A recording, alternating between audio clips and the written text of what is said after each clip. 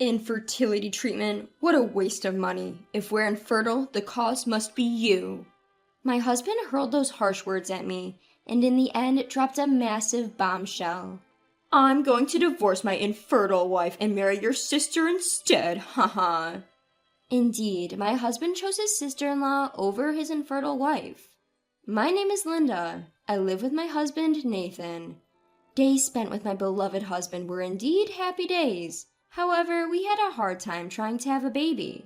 The discussion about infertility treatment began about 2 years into our marriage. Hey Nathan, I think it's time we started thinking about having a baby. Nathan responded with a lack of enthusiasm.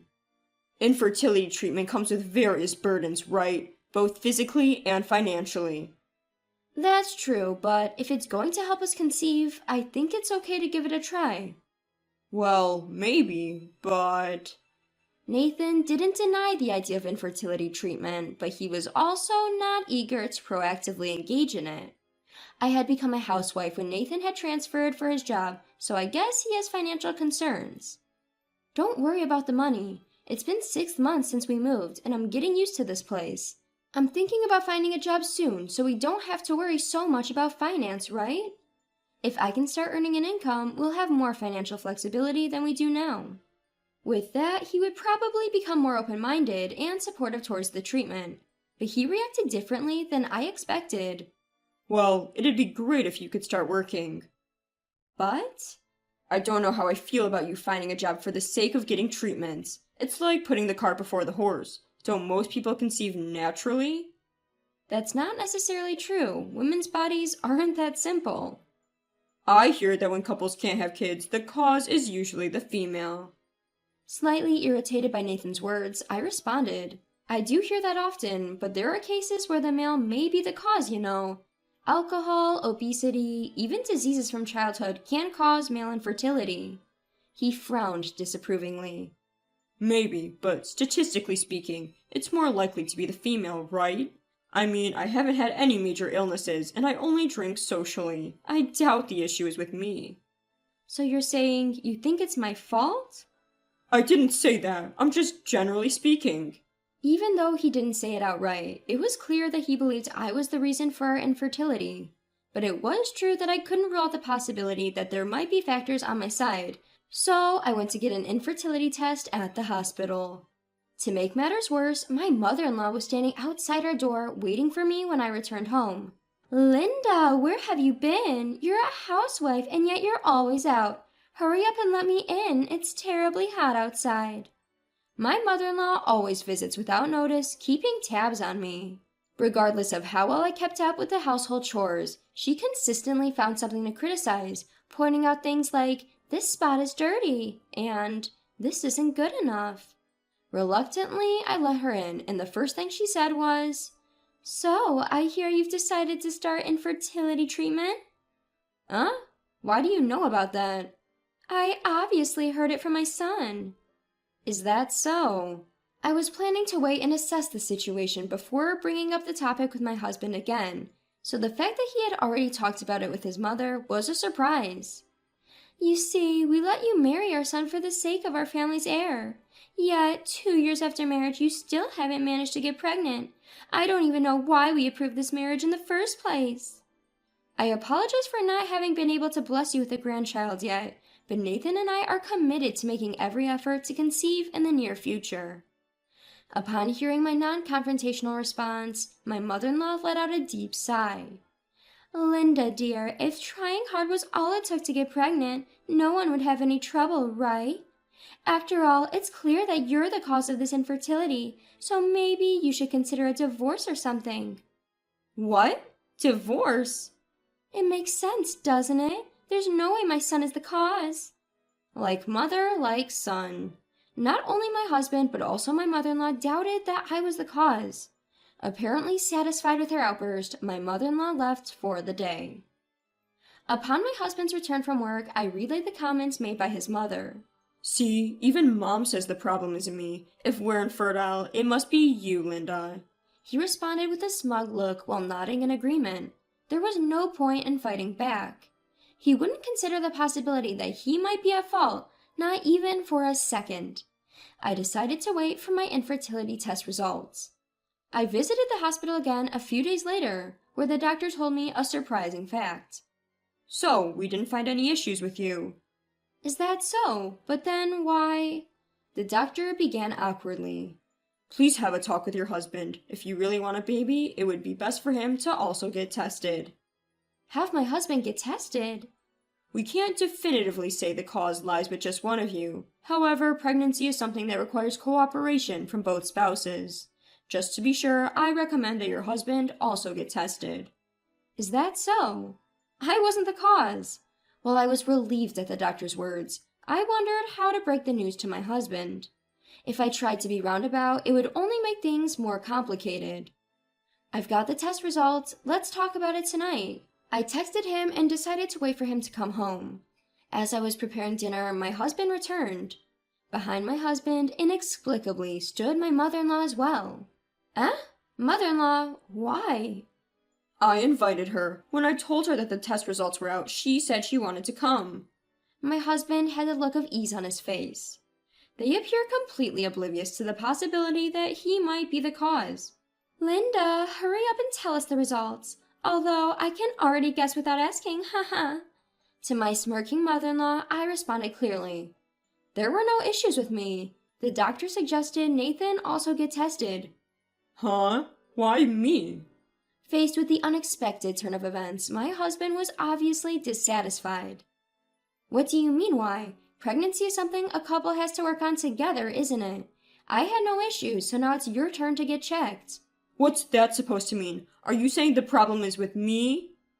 That's not what I'm saying. If we both get tested and neither of us is the issue, that's reassuring. If by any chance you are the issue, then we just have to get the proper treatment. As I tried to appease my angry husband, my mother-in-law interrupted. Stop this nonsense. Nathan has always been healthy. There have never been any issues with him. It's impossible for him to be the cause. It seemed as though she hadn't been listening to a word I said, as she stubbornly insisted that her son was not the issue.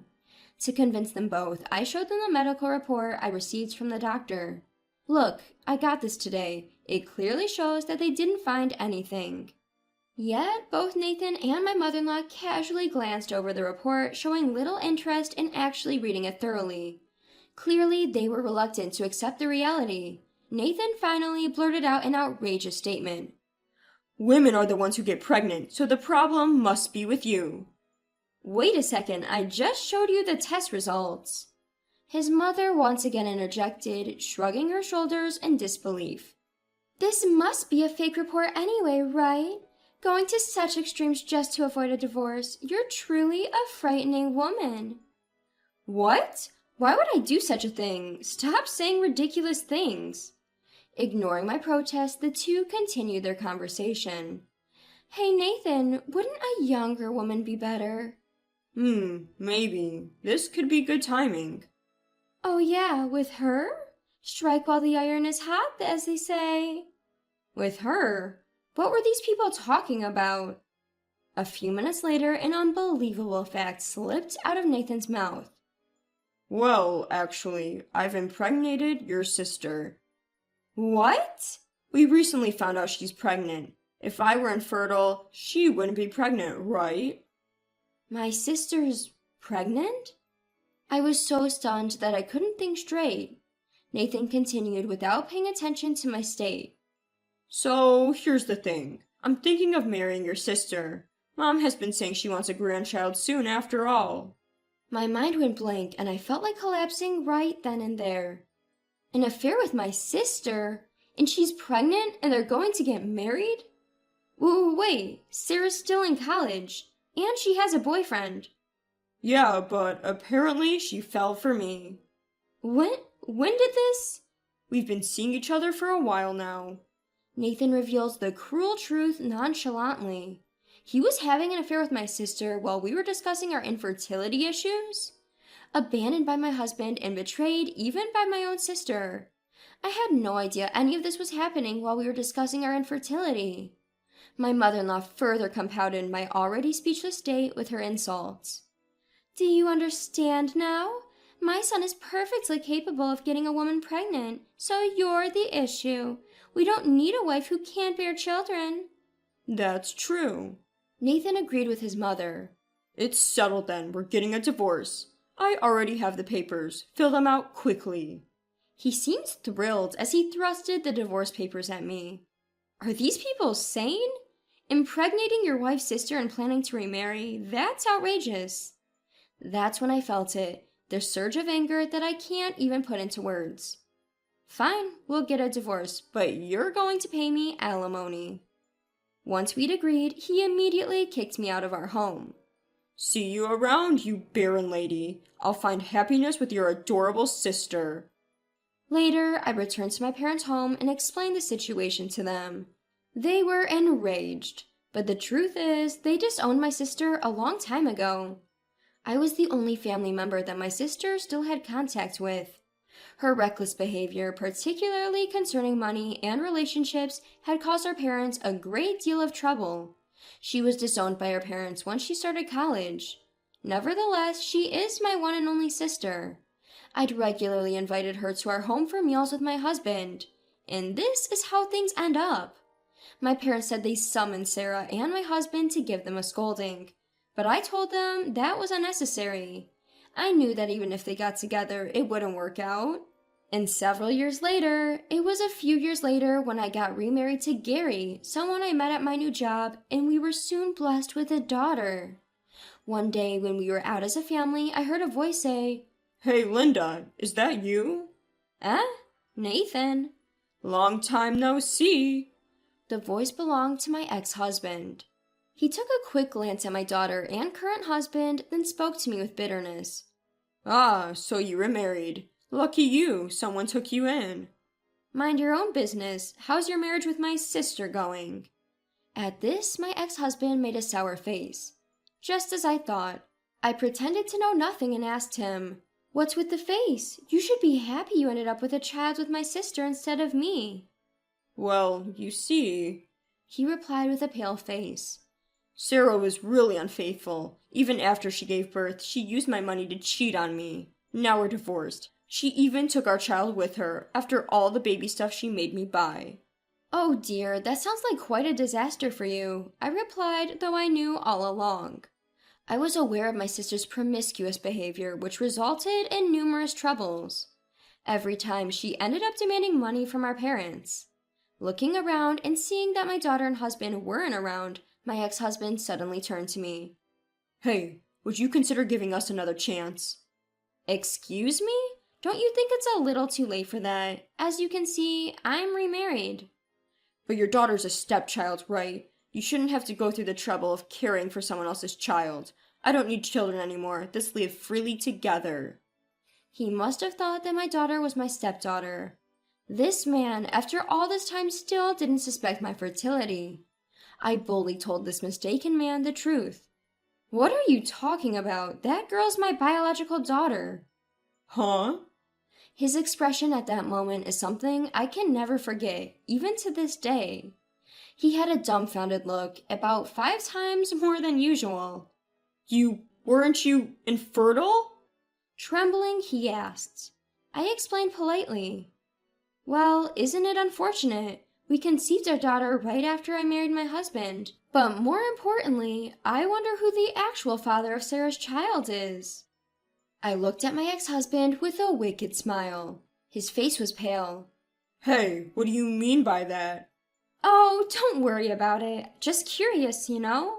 I knew my sister was promiscuous. I also knew the cause of her infertility was you. In other words, you were used by my sister. Used? Yes, she probably didn't care who she was marrying as long as she had a man to raise her child. And you, who misunderstood, fell into my sister's scheme and married her, unknowingly raising another man's child. So, you mean I was deceived into being a surrogate father? He fell to the ground and clung to me, crying inconsolably. Please, you're the only one for me. I was abandoned by Sarah, my child, even my own mother. I'll end up all alone.